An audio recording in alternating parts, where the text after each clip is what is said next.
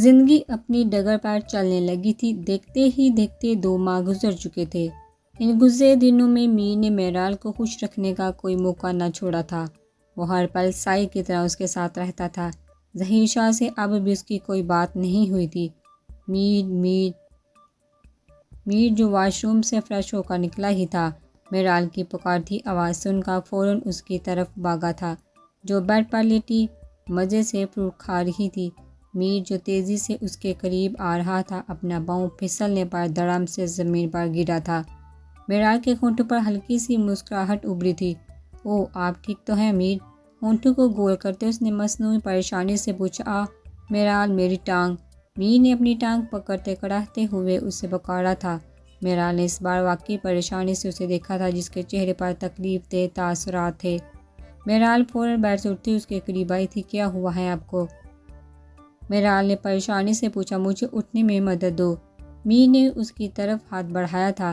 مہرال نے اس کا ہاتھ پکڑتے اسے کھڑا ہونے میں مدد دی تھی۔ مہرال کے کندھے پر بازو پھیلاتے میر اسے اپنے ساتھ بیڈ کے قریب لے گیا تھا۔ بیڈ پر بیٹھتے ہی اس نے جھٹکے سے مہرال کو کھینچتے اپنی گود میں بٹھایا تھا۔ یہ کیا کر رہے ہیں؟ مہرال نے آنکھیں پھیلا کر پوچھا۔ میر نے اس کا سر سینے سے لگاتے اس کے وجود کی مہک کو خود میں اتاری تھی۔ اپنی بیوی کا علاج کر رہا ہوں۔ اب یہ بتاؤ مجھے کیوں بلا رہی تھی؟ مہرال کا چہرہ تھوڑی سے اٹھاتے میر نے اپنے چہرے کے روبرو کیا تھا۔ میر کی گرم سانسیں مہرال کے چہرے کو تپنے پر مجبور کر گئی تھی۔ وہ میں نے اورنج جوس پینا تھا، اس نے لڑکھڑاتے ہوئے بتایا، ورنہ اصل وجہ تو یہ تھی وہ میر کو تنگ کرنا چاہتی تھی۔ میر اس کا جواب سنتا اس کی گردن میں منہ چھپاتا ہلکا سا ہنس پڑا تھا، جبکہ مہرال اس کے گیلے بالوں کو ٹھنڈک محسوس کرتی کپ کپا اٹھی تھی۔ میر کے ٹھنڈے ہونٹوں کا لمس محسوس کرتے وہ ہانپتی ہوئی اسے پکارنے لگی تھی۔ اس کی گردن پر اپنا لمس چھوڑتا وہ تھوڑا سا پیچھے ہٹا تھا۔ مہرال کا سرخ چہرہ دیکھتے وہ کھل کر مسکرا اٹھا تھا۔ اس کے چہرے پر جھولتی لٹو کو ہٹاتے اس نے مہرال کے سرخ گالوں کو سہلایا تھا۔ میر، آپ لیٹ ہو رہے ہیں، وہ ٹائم دیکھتی بڑبڑائی تھی، ورنہ اپنی بڑھتی دھڑکنیں اور پھولتی سانسیں اس کی پیشانی نم کر گئی تھی۔ آج سنڈے ہے، میر نے اس کی چھوٹی سی ناک پر لب رکھتے مدھم آواز میں سرگوشی کی تھی۔ مہرال نے اس کی بات سنتے بے ساہتا اپنے لب کاٹے تھے۔ میر نے اس کی یہ حرکت بغور دیکھی تھی۔ مہرال اس کی نظریں محسوس کرتی فوراً اپنے ہونٹوں کو سختی سے بھینچ گئی تھی۔ میر نے نرمی سے اس کے ہونٹوں پر اپنا انگوٹھا پھیرا تھا۔ مہرال کو اپنی ریڑھ کی ہڈی میں سنسناہٹ محسوس ہوئی تھی۔ وہ میر کی گرفت میں مچلتی اٹھنے کی کوشش کرنے لگی تھی، جب اس کی کمر کے گرد موجود بازو سے میر نے اسے سختی سے خود میں بھینچ لیا تھا۔ میر، مجھے بھوک لگی ہے، جانے دینا مجھے، مہرال نے منہ پھیلا کر کہا تھا۔ میر نے اس کے پھولے گال پر ہلکی سے چٹکی کاٹی تھی۔ مہرال نے اس کا ہاتھ ہلکے سے جھٹکتے اپنا چہرہ ہاتھوں میں چھپا لیا تھا۔ میر اس کی حرکت سے محفوظ ہوتا اس کے ہاتھ اس کے چہرے سے ہٹا چکا تھا۔ اس کو مزید تنگ نہ کرنے کا سوچتے ہوئے میر نے اس کے ماتھے پر شدت سے اپنے ہونٹ رکھتے اسے اپنی گرفت میں سے آزاد کیا تھا۔ مہرال سرخ چہرے کے ساتھ اٹھتی فوراً کمرے سے نکل گئی تھی۔ میر کی نظروں نے اس کا کمرے سے باہر نکلنے تک پیچھا کیا تھا۔ اپنے بالوں کو جھٹکتا وہ مسکراتا ہوا اٹھا، خود بھی باہر بیٹھ گیا تھا۔ اذلان نے بہت سوچے سمجھنے کے بعد اسکندر کو رخصتی کی حامی بھر دی تھی۔ ایک ہفتے بعد اذلان اور ابریش کی شادی کا فنکشن تھا، جس میں ابریش کی رخصتی ہونی تھی۔ اس کے علاوہ اذلان نے کوئی بھی رسم اور فنکشن کرنے سے سختی سے منع کر دیا تھا۔ ابریش سے اس کا سامنا آج کل اس کا نہ ہونے کے برابر تھا، کیونکہ امنا ابریش کو گھر سے نکلنے ہی نہیں دے رہی تھی۔ ان کے مطابق اب ابریش رخصتی کے بعد ہی ان کے گھر آئے گی۔ ابریش نے برائڈل ڈریس دینا تھا، جس کی وجہ سے مجبوراً اذلان اس کے ساتھ جا رہا تھا۔ گرین ٹی شرٹ اور بلیک جینز پہنے اذلان گاڑی میں ٹیک لگائے موبائل استعمال کرتا ابریش کا انتظار کر رہا تھا۔ جب گرے ڈریس میں تیار سی ابریش باہر نکلی تھی، بالوں کو باندھے اس نے سر پر دوپٹہ رکھا تھا، ساتھ لائٹ سا میک اپ اس پر بے حد جچ رہا تھا۔ اذلان نے ایک نظر اٹھا کر اس کی طرف دیکھا تھا، فوراً اپنا موبائل بند کرتے پاکٹ میں رکھتے اس نے گاڑی کا دروازہ ابریش کے لیے کھولا تھا۔ وہ چھوٹے چھوٹے قدم اٹھاتی گاڑی میں آ کر بیٹھ گئی تھی۔ ڈرائیونگ سیٹ پر بیٹھتے اذلان نے خاموشی سے گاڑی چلانا سٹارٹ کی تھی۔ تمہیں کون سا کلر پسند ہے اذلان؟ گاڑی میں موجود خاموشی کو توڑتے ابریش نے اس کی طرف چہرہ کرتے پوچھا۔ مجھے ہر کلر پسند ہے، اذلان نے سنجیدگی سے جواب دیا۔ جب سے رخصتی طے ہوئی تھی تب سے وہ سنجیدہ ہو گیا تھا۔ میرا مطلب تم اپنی پسند کا کلر بتاؤ، میں اس کلر میں ویڈنگ ڈریس لوں گی، ابریش نے ہاتھوں کو مسلتے پوچھا۔ Skin golden. کچھ دیر خاموش رہنے کے بعد اذلان نے جواب دیا تھا، واو مجھے بھی یہ رنگ بہت پسند ہے، ابریش نے ہلکی سی مسکراہٹ سے جواب دیا۔ ریلی؟ گاڑی کی سپیڈ بڑھاتے اذلان نے بے ساختہ امڑنے والے غصے کو دباتے پوچھا۔ آف کورس مجھے یہ کلر بہت پسند ہے، ابریش نے سنجیدگی سے جواب دیا، لیکن مجھے یہ کلر نہیں پسند۔ مال کے باہر گاڑی روکتے وہ ابریش کے جانب مڑا تھا، مجھے اپنی اداؤں میں پھنسانے کی کوشش مت کرو، اور یہ جو معصوم بننے کی کوشش کر رہی ہو نا، مجھے سخت زہر لگ رہی ہو۔ ابریش کا چہرہ اپنی گرفت میں لیتا وہ ایک ایک لفظ چبا کر بولا تھا۔ ابریش نے اپنی بھیگی آنکھوں سے اس کی جانب دیکھا تھا جو جھٹکے سے اس کا چہرہ چھوڑ چکا تھا۔ گاڑی پارک لائٹ میں چھوٹے وہ اپنا غصہ ضبط کرتا وہ ابریش کو لے کر مال میں گیا تھا۔ ابریش نے اپنا موڈ فوراً درست کیا تھا، وہ اذلان کے غصے کو سمجھ سکتی تھی۔ اسے کچھ دن پہلے ہی سدھا کے بارے میں سعدیہ سے معلوم ہوا تھا۔ ابریش کی نظر شاپ میں داخل ہوتے ہی ڈسپلے میں لگے ایک اسکن گولڈن گھیردار فراق پر گئی تھی جس پر موتیوں سے نفیس سا کام کیا گیا تھا۔ یہ کیسا ہے اذلان؟ فراق کو دیکھتے ابریش نے پوچھا تھا۔ تمہیں پسند ہے؟ اذلان نے الٹا اسے سوال کیا تھا۔ ابریش نے ہلکا سا سر ہلایا تھا۔ اذلان کی نظریں سرخ لہنگے پر دیکھتی ابریش نے بھی اس طرف دیکھا تھا۔ وہ لہنگا سارا کامدار تھا جبکہ اس کی سرخ کرتی پر ہلکا پھلکا کام تھا۔ یہ زیادہ پیارا لگ رہا ہے، ابریش نے اس لہنگے کو دیکھتے کہا تھا۔ اذلان نے حامی بڑھی تھی، لیکن مجھے یہ فراق بھی پسند ہے، وہ منہ پر ہاتھ رکھتی بولی تھی۔ تم بتاؤ اذلان میں کون سا ڈریس لوں؟ اس نے اذلان سے پوچھا۔ دونوں ہی لے لیتے ہیں، جو تمہیں اچھا لگے پہن لینا، اذلان اسے جواب دیتا کاؤنٹر کی طرف بڑھ گیا تھا۔ اذلان اس کی ضرورت نہیں، میں لہنگا لے لیتی ہوں، ابریش اس کا بازو پکڑ کر روکتی ہوئی بولی تھی۔ 2 منٹ منہ بند کر کے یہاں کھڑی رہو، اس کا ہاتھ اپنے بازو سے جھٹکتا وہ ناگواریت سے بولا۔ ابریش کا رنگ متغیر ہوا تھا، وہ لب بینچ کر کھڑی ہو گئی تھی۔ اذلان کی باتیں اسے تکلیف پہنچا رہی تھی۔ ڈریس کی شاپنگ کے بعد وہ خاموش ہی رہی تھی۔ جوتا اور جیولی لیتے وہ لوگ واپس آ گئے تھے۔ ابریش آئی ایم سوری، مجھے ایسے ڈانٹنا نہیں چاہیے تھا، اذلان جو کب سے اس کی خاموشی محسوس کر رہا تھا اس کی گاڑی سے اترنے سے پہلے دھیمی آواز میں اپنے بالوں میں ہاتھ پھیرتا ہوا بولا تھا۔ اپنی یہ 2 لفظی کی سوری اپنے پاس رکھو، ابریش غصے سے بولتی گاڑی سے نکلتی چلی گئی تھی۔ اذلان نے اس کا جواب سن کر زور سے اسٹیئرنگ وہیل پر ہاتھ مارا تھا۔ اسکندر کا 1 مہینے پہلے ہی پروموشن ہوا تھا، وہ بحیثیت جج اپنے فرائض سر انجام دینا شروع ہو چکا تھا۔ ان گزرے مہینوں میں اس نے رانیہ کو کافی ڈھونڈنے کی کوشش کی تھی جو ناکام گئی تھی۔ منیب شاہ سے بھی ان لوگوں نے اگلوانے کی کوشش کی تھی مگر اس نے لا علمی کا اظہار کیا تھا۔ اس کے مطابق وہ رانیہ کو گھر سے نکال چکا تھا، اس کے بعد وہ کہاں گئی اسے کچھ علم نہ تھا۔ رافعہ اپنی پوری کوشش کر رہا تھا لیکن اس کا کوئی سراغ نہیں مل رہا تھا۔ محتار شاہ بھی 2 دن بعد جہاں آنے والے تھے، وہ مزید ابریش سے دور نہیں رہنا چاہتے تھے۔ اس بار اسکندر بھی انہیں روک نہیں پایا تھا۔ شاہ جی کیا آپ فری ہیں؟ عمائزہ ناک کرتی اسکندر کی اسٹڈی روم میں داخل ہوئی تھی۔ ہاں میں فری ہوں، کوئی کام تھا؟ اسکندر اپنے سامنے موجودہ فائل بند کرتا عمائزہ کو دیکھنے لگا تھا۔ اس نے عمائزہ کی طرف ہاتھ بڑھائے تھے، اپنی کرسی ٹیبل سے تھوڑی دور کی تھی۔ عمائزہ اس کے قریب آتی اس کی گود میں بیٹھتی اس کے سینے سے سر ٹکا گئی تھی۔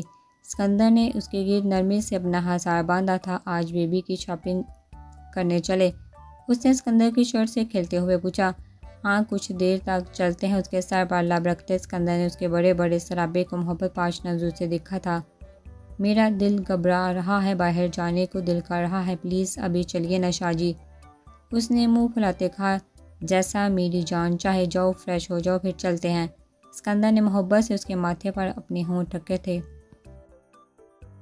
عمائزہ خوش ہوتی اسکندر کے گال کو اپنے لبوں سے چھوتی تیار ہونے چلی گئی تھی۔ اسکندر یہ کتنا چھوٹا سا ڈریس ہے، عمائزہ شاپ میں کھڑی نیلے رنگ کے چھوٹے سے بچے کے ڈریس کو دیکھتی مسکراتی ہوئی بول رہی تھی۔ اسکندر اس کی بات سنتا مسکرایا تھا۔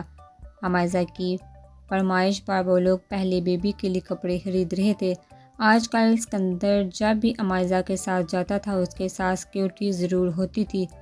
آج بھی کچھ گارڈز باہر کھڑے تھے جبکہ 2 گارڈز اندر ان سے کچھ فاصلے پر کھڑے تھے۔ یہ کیسا ہے شاہ جی؟ امائزہ ایک پنک فراق دیکھتے اسکندر سے پوچھ رہی تھی۔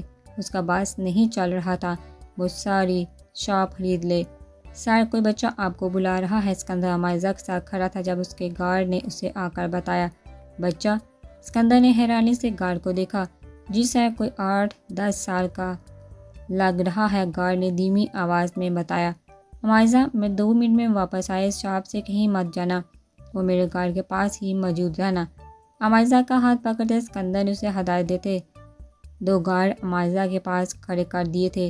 جلدی واپس آئیے گا شاہ جی، امائزہ نے نرم مسکراہٹ سے اسکندر سے کہا تھا۔ اس کے ایسا بولنے پر نہ جانے کیوں اسکندر کے دل کو کچھ ہوا تھا۔ امائزہ کو چھوڑتا وہ شاپ سے باہر آیا تھا جہاں سڑک کے کنارے چادر لپیٹے ایک بچہ کھڑا تھا۔ وہ بچہ خاصا کمزور لگ رہا تھا۔ اسکندر اس کے قریب جاگا گھٹنوں کے بل بیٹھا تھا۔ ہاں بولو بیٹا، آپ نے کیا کہنا تھا؟ اسکندر نے اس کے منہ پر لگی مٹی صاف کرتے شفقت سے پوچھا تھا۔ بچے نے رونی صورت بنا کر اسکندر کو دیکھا تھا جب ایک زوردار دھماکہ ہوا تھا۔ اسکندر نے فوراً اس بچے کو اپنے حصار میں لیا تھا۔ دھماکے کی آواز سے اس کے کان بند ہو گئے تھے۔ امائزہ کا خیال آتے ہی اس کی نگاہ شاپ کی طرف گئی تھی جہاں آگ کے شعلے اڑتے ہوئے دکھ رہے تھے۔ اس کا دماغ سن پڑ گیا تھا، وہ اپنے بازو اور کمر پر ہوتی جلن بھی محسوس نہ کر پایا تھا۔ بس ارد گرد چیخو پکار کی آواز سنائی دے رہی تھی۔ ماضی عارفہ نے دریز شاہ سے رشتے کے لیے حامی بھر دی تھی۔ اس فیصلے سے سب ہی کافی خوش تھے۔ 1 ہفتے کے اندر دریز شاہ کی ضد پر حسن شاہ نے بشریٰ بیگم اور سالہ صاحب سے بات کرتے ان دونوں کا نکاح کروا دیا تھا۔ رخصتی عارفہ کی پڑھائی مکمل ہونے کے بعد طے پائی تھی۔